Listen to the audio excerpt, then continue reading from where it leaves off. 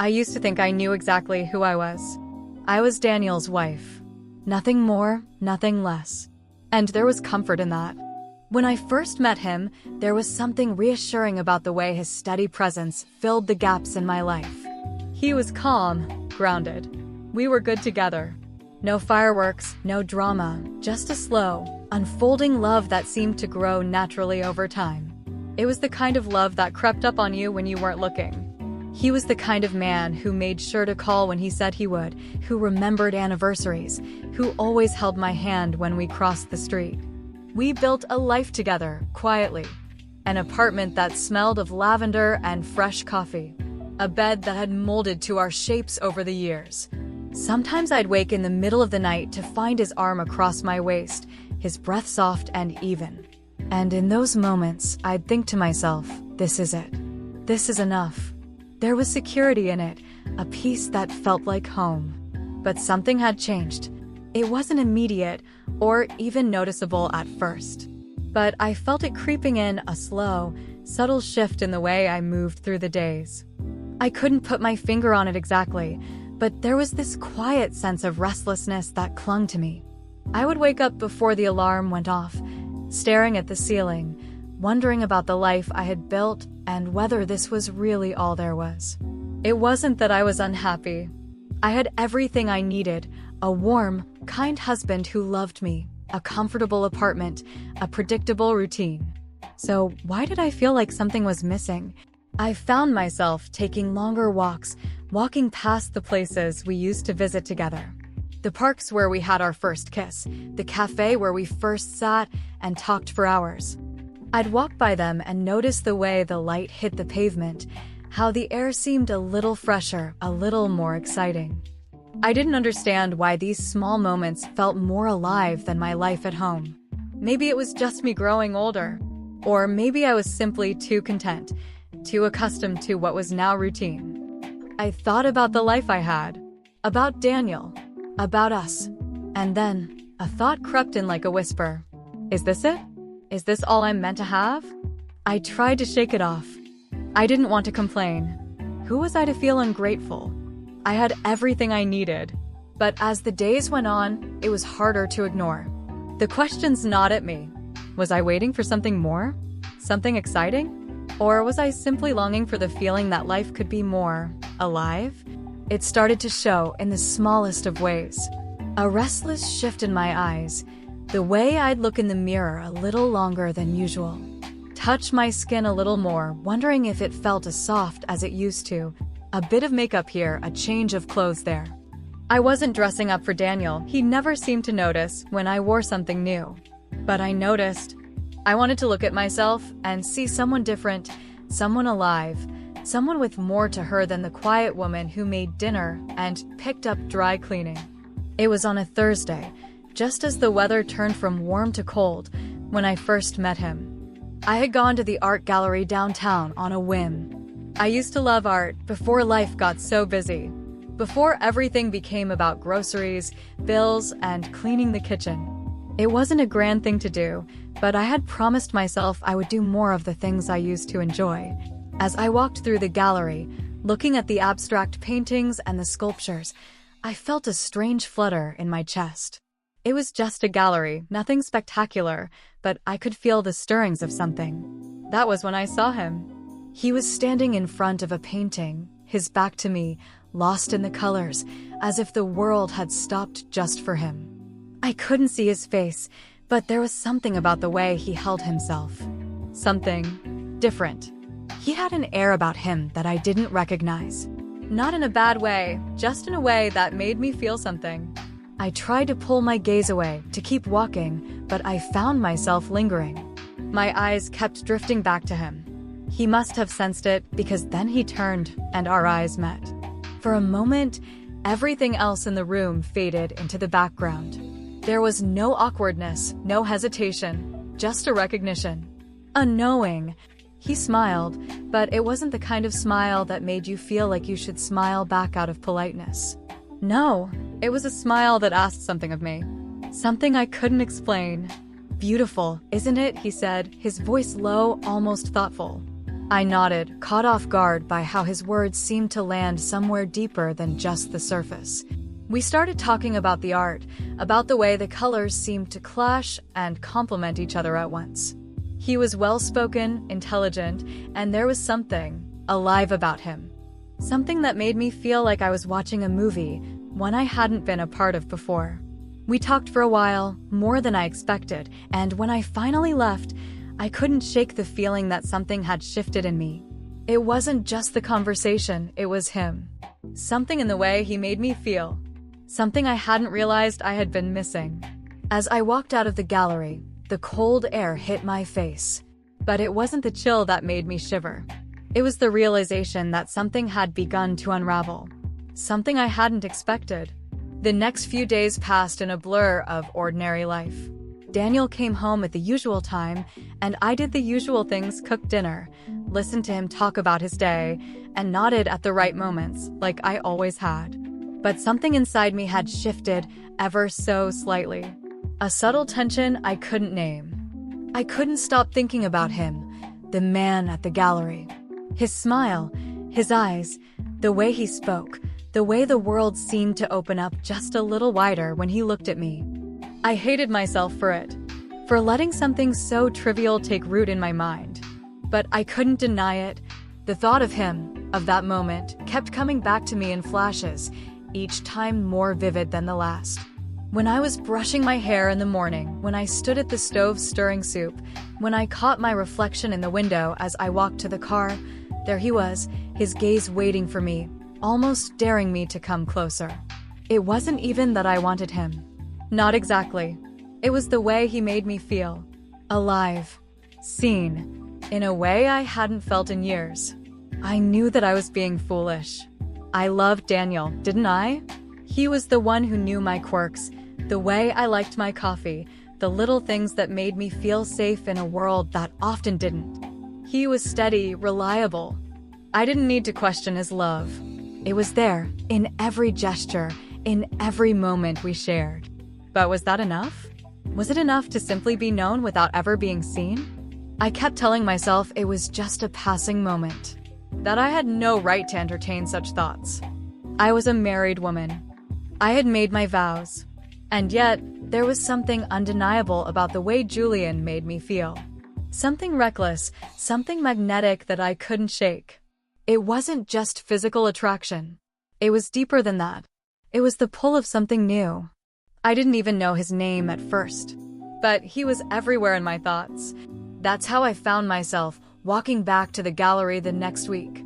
I had no intention of meeting him again, but somehow I ended up in front of that same painting, staring at the swirls of color, just waiting. It felt like something inevitable.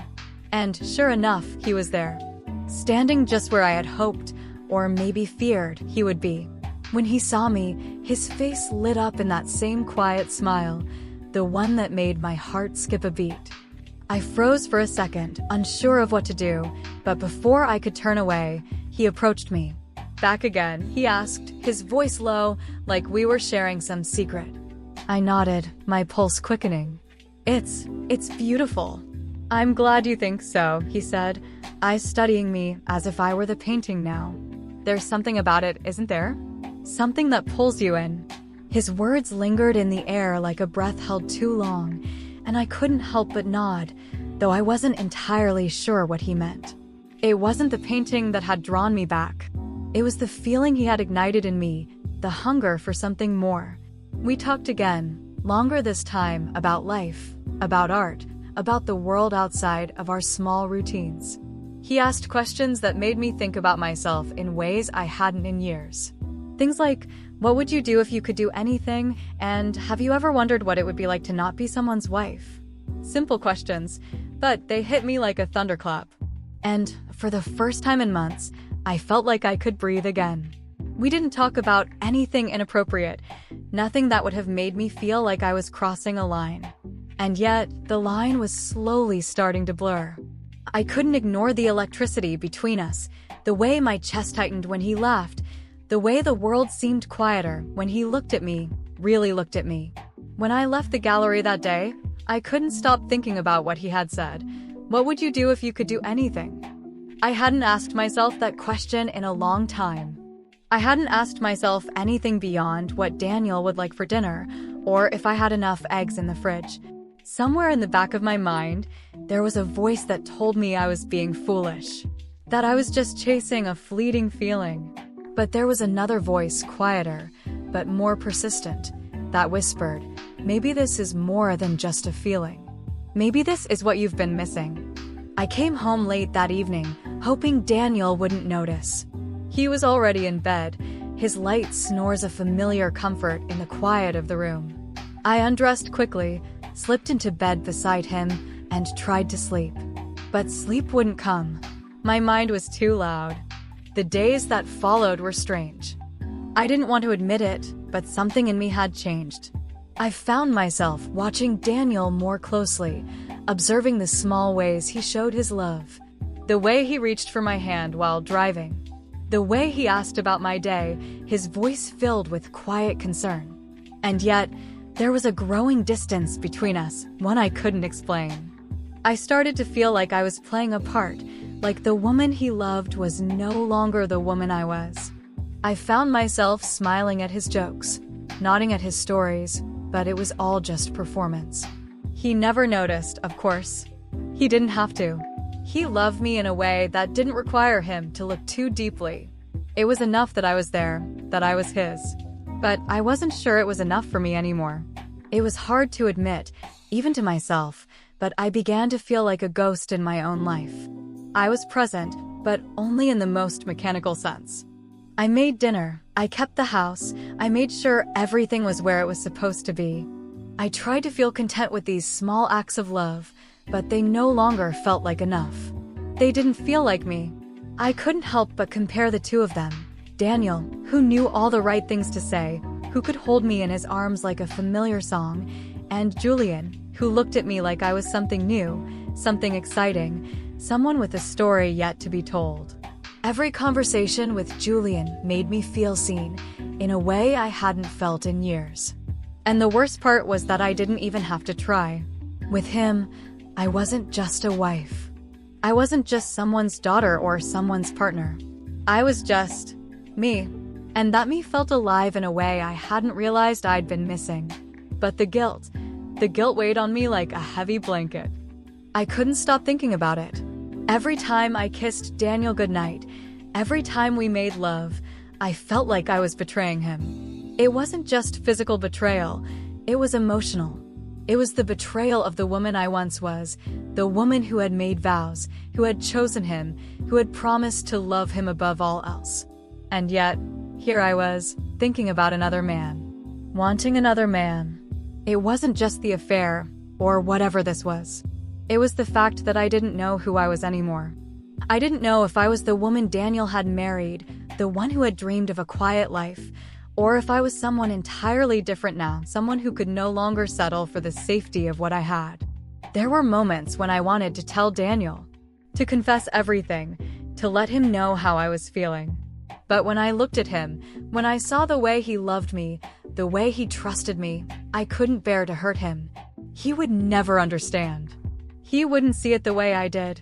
To him, I was everything. And to me, I was lost. I could feel myself pulling away from him, slowly but surely. Little things that I used to do for him, bringing him coffee in the morning, waiting up for him at night, I stopped doing. I couldn't pretend anymore. He never asked why, never questioned it. He trusted me, like he always had. But I couldn't trust myself.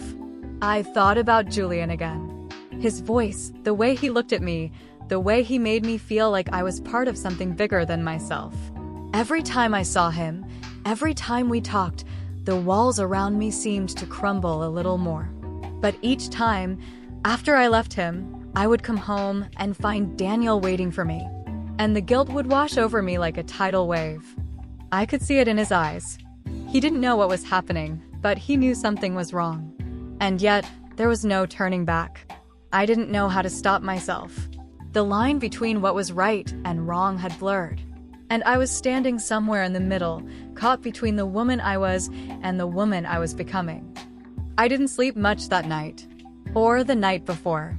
It had been like this for weeks now, a pattern of restless, sleepless nights, where my mind would race and the weight of everything I had allowed myself to feel pressed down on me, suffocating me in its intensity. I lay awake in bed, staring at the ceiling, listening to Daniel's soft breathing beside me.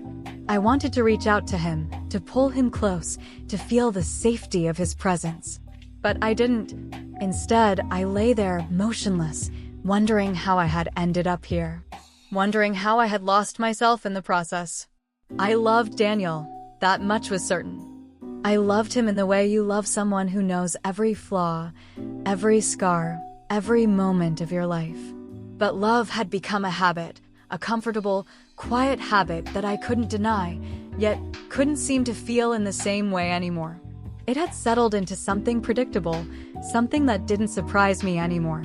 And then there was Julian, the man who made me feel alive, who made me question the very foundations of everything I thought I knew about myself.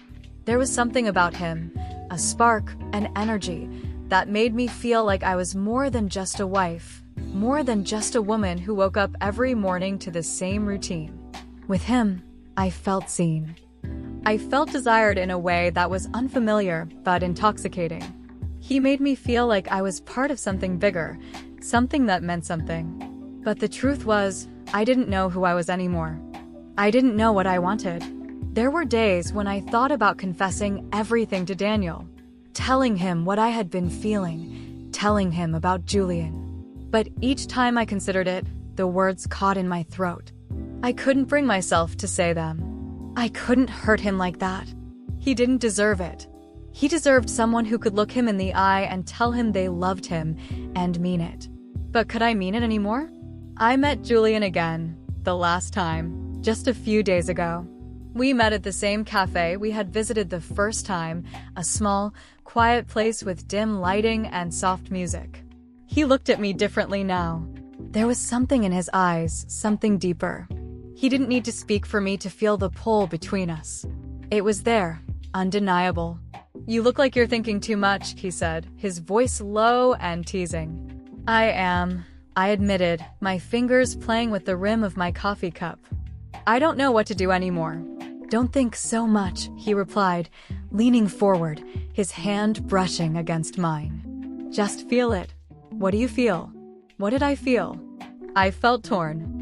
Torn between the man who had been with me through thick and thin, who had held me when I cried, who had loved me even when I didn't deserve it, and the man who made me feel like I was someone worth wanting, someone whose life wasn't already written for her. For the first time in a long while, I realized that I couldn't keep pretending. I couldn't keep living in two worlds, divided between duty and desire. When I got home that evening, I found Daniel sitting on the couch, waiting for me, just as he always did. The house was quiet, too quiet.